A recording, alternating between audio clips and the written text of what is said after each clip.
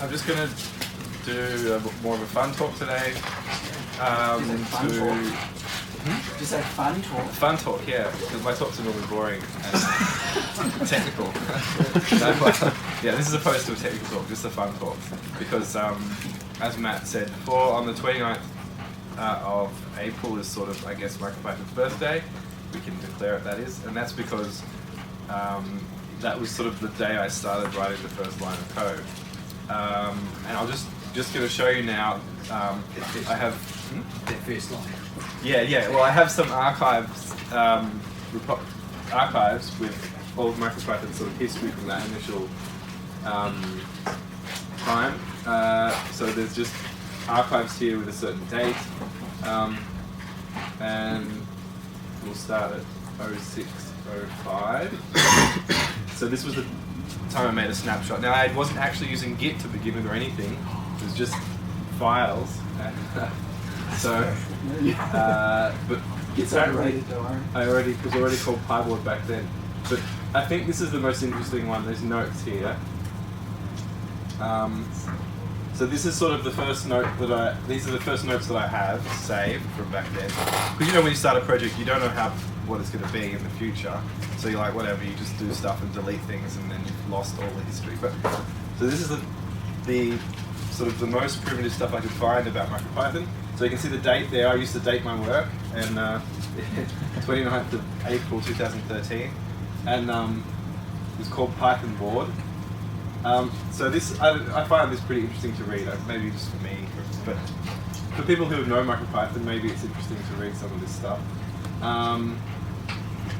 So a piece of hardware that is small and cheap runs Python scripts and has good low-level access to hardware.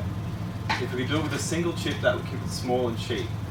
Need then something with a large amount of flash and a decent amount of RAM that is also cheap enough. Atmel SAMs have a megabyte of flash for around $10. So the idea was to have a single microcontroller that had everything, including the file system on it. So that's where the idea came from, to have a built-in file system. So the main features were to implement Python 3.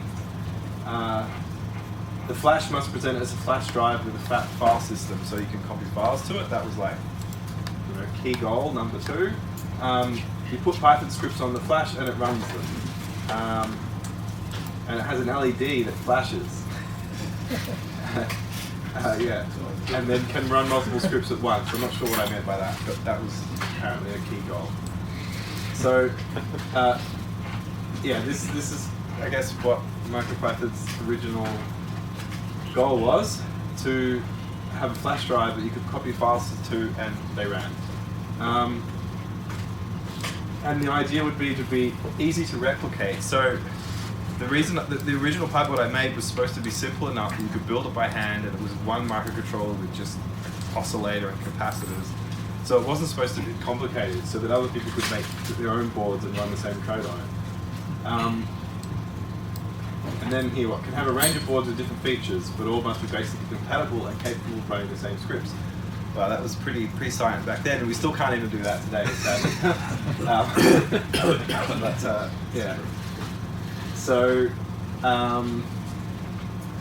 yeah, and then I had this idea, can we add some small cheap transducers, like an accelerometer, yeah, to have fun. So that's where the accelerometer for the first PyBoard came from, so you had something to play with out of the box. And then add-ons, an SD card which is mountable, so that happened. DRAM module, which transparently adds more RAM, that never happened. Battery charger, LCD, Ethernet, wireless, those things eventually happened. Yeah, wireless would be great, but not easy. Yeah, that's definitely true. And then I like this line, it could easily run other scripted languages like Ruby and Swift. I kind of thought at the time that if I implemented the virtual machine and the memory management system and stuff, that it would be really easy to just use different languages. But that's really not true at all. Yeah, that's debugging can be as easy as providing a PC-compatible libraries which emulate the PyBoard environment. Nice idea. And then here, it would be nice to have the option to execute native assembler I have either some Python method call or uploading a compiled executable. The former is preferred since the latter goes against the no development environment required. So yeah, that was one thing, is that you shouldn't need to have any editor or IDE or compiler. You open some notepad or whatever you like, write your scripts, copy it across and run. So this was sort of the really first of ideas of MicroPython. It wasn't even called that then. But what's interesting here is the microcontroller choices. Sorry, that's not formatted very. It's really hard to see. Let me just see.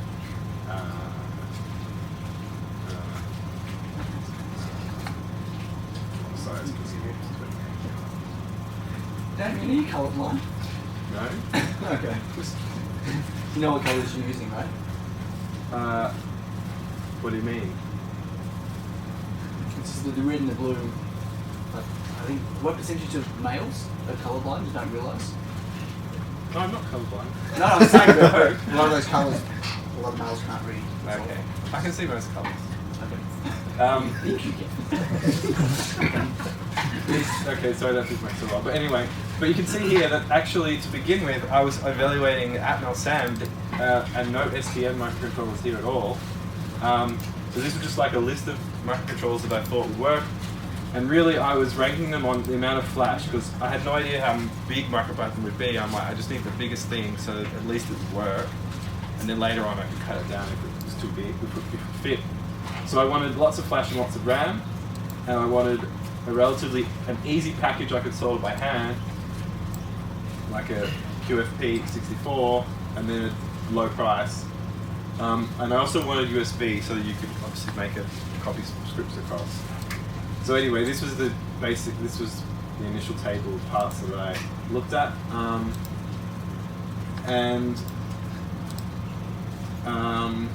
Yeah, I'm not quite sure where the ST part came in, because it looks like I was going for the SAM at this point. And I think what happened is that I realized the ST part basically had a lot more RAM for a good price, and USB. They were the main things. Oh, and also 5-volt tolerant, which was important, I thought, for Arduino stuff, but it didn't really turn out to be that important for Arduino compatibility. The other random things here, wireless, the CC3000 module. Best to leave this for now and keep it.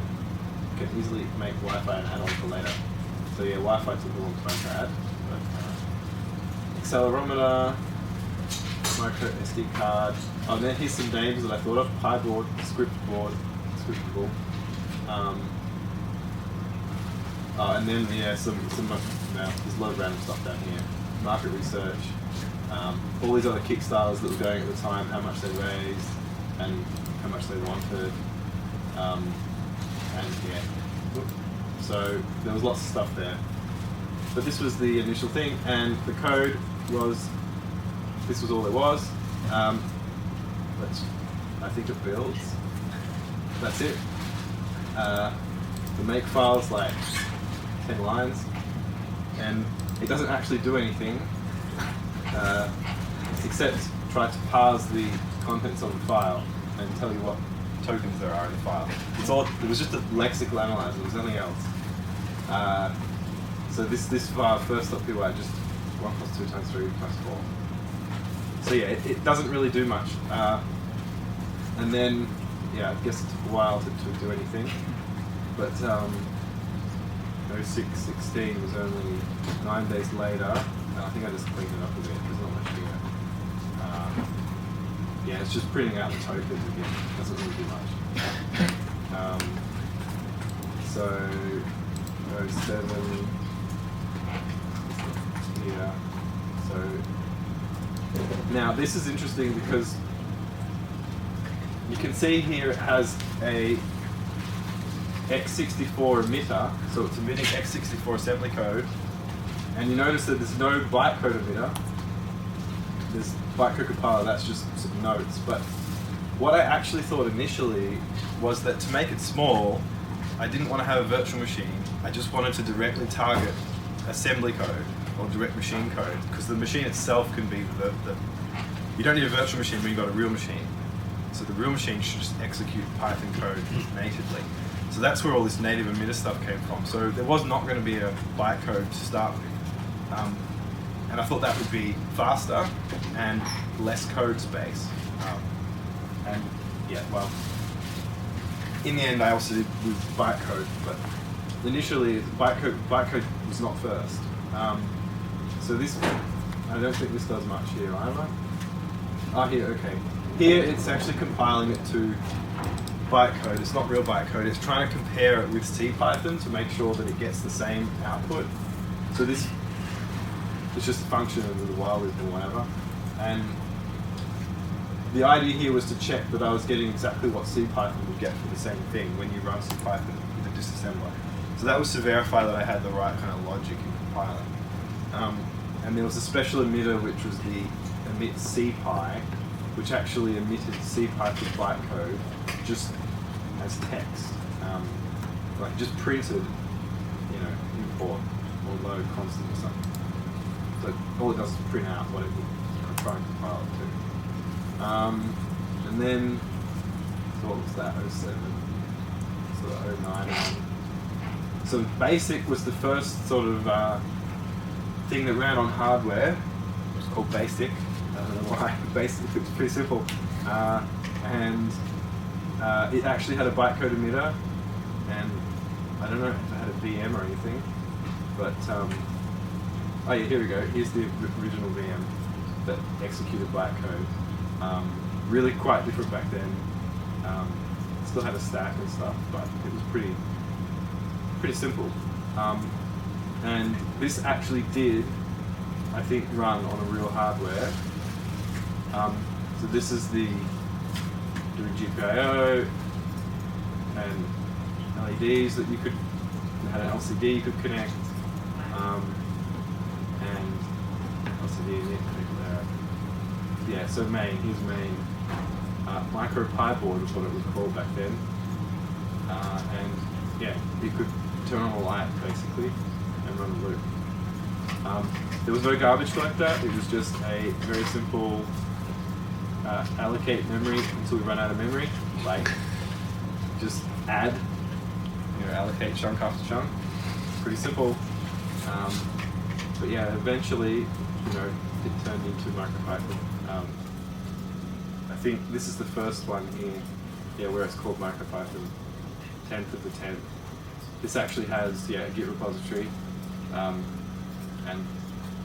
that actually is the Git repository that's on GitHub. So this initial commit, you can go and see it. You can see all of this stuff in there now.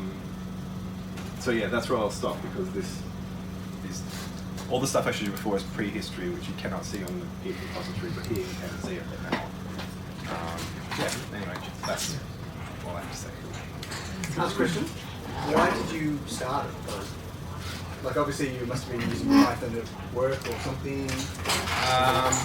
Why? Why? Yeah. What was the motivation? There was a few reasons. One was because I said to my friend, I bet you I could write a Python compiler around a microcontroller, and I wanted to see if I could do it. 2, I didn't really know Python very well and I wanted to learn it. Oh, okay.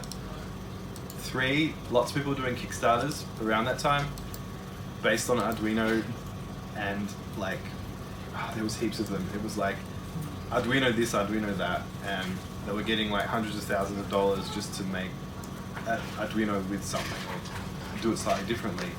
And I'm like, if I could make something that was really different, surely that would be interesting as well. So it was kind of like to counteract all this Arduino stuff that was going on Kickstarter at the time. Another reason was to do a Kickstarter and see what it was like to do a Kickstarter. So what is something people would like, running Python on a microcontroller might fit that bill. So there was all these sort of different angles that it came from. Okay. But you can see from the very beginning that it was about running Python on a microcontroller and being able to very easily write code to run on a microcontroller. It was never thought that it would be like to develop real products, but it was just, it was sort of proof of concept and for fun, and can you run Python on a microcontroller? Cool. So, anyway, hopefully that was a bit of fun to see. Yeah, It's fun for me to go back and see that as well, to sort of have a bit of perspective on how things turned out. But it's also good, I think, to keep history like that for your own projects. Like, you never know where they're going to go, but have some initial notes that you just leave. Fun to read back on. So how many what was I thinking moments have you had looking back at you? Well, I've talked about this before when I talked about the Kickstarters, but the first Kickstarter was really tough, and I was like, I'm going to cancel this thing, and because it was just, you get inundated with emails and things, and you're like, wow, can I actually deliver on this thing? And I don't know. I think in here there's a Kickstarter notes file. Claims and promises for the Kickstarter campaign is what it's called. MicroPython partnering microcontrollers. But yeah. Anyway, yeah. I here was like designing the Kickstarter, writing all what features it has, what the reward levels were, what projects you could do. Yeah. So that was that. But yeah, the Kickstarter was tough, and I don't know. I stuck at it, which is good. Yeah. That you did. And then you had the other Kickstarter later on. How much later was because that was ESP that 266, one, right? Yeah, just the software one, no hardware. Yeah, no hardware with that. How much later was that? So obviously it couldn't have been. The first one couldn't have been that bad if you were prepared to have another bite. Well, I'm not going to do a third one, I'll tell you that. No. Sure. But yeah, the second one was good because got more people interested. That's sort of when we kind of joined forces with Adafruit in the sense of making their board the official board. So that was the first time I really had contact with Adafruit, to be like, hey, could you let us make your board the official one? And they were like, yeah, that's cool. So that's, I guess, started the whole Adafruit relationship. But yeah, the H66 was a good thing to do. I don't know, when was that? It was like a year and a half later, maybe? Or, yeah, I remember at PyCon UK, the first one I went to, someone told me about this new thing called the ESP8266, and they're like, it was hardly anything was known about it, and they're like, oh, it's so cool, and it's Wi-Fi, and I'm like, oh, it's interesting. But yeah, and then it sort of gained more and more popularity, and eventually I got MicroPython working on it, but it wasn't working very well. But yeah, it grew from there. On the Adafruit thing, when did they sort of move away from MicroPython?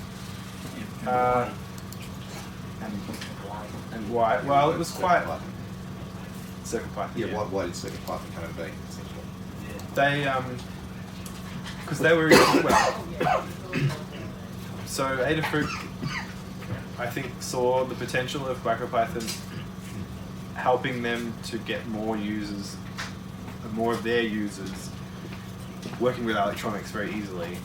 So they saw it as sort of a tool for them to help teach electronics programming because it's easier to read and see. And so they wanted to create a board and get MicroPython running on it, and realized pretty quickly that their goals for doing that were different to the goals that we had for MicroPython. So the way that they wanted their boards to work and the way, sort of the user experience they had with CircuitPython wasn't really aligning with MicroPython, so they decided to just fork it and do their own thing. Okay, so it's just fork this. Yeah. So CircuitPython's philosophy is more that you plug it in, you've got to have a flash drive, you copy the script across, automatically loads the script when you do that. They wanted to make it really easy for beginners to get to work with, whereas MicroPython mainstream is more for more advanced people. It gives you more control. So CircuitPython doesn't have interrupts, for example. So yeah, it's the philosophy of how it's done. It's like with the Linux distribution, Ubuntu versus Arch Linux or something. Right? You use the one that's more suited to your style. Yeah, I mean, it's a shame that there's not more in common. Maybe down the line there can be, but yeah. I mean, under the hood it's the same virtual machine and stuff. They just have different sort of external user view. That's stuff, but I don't know the system. okay. But feel free to ask me questions later. Thanks, Charles. Thank you.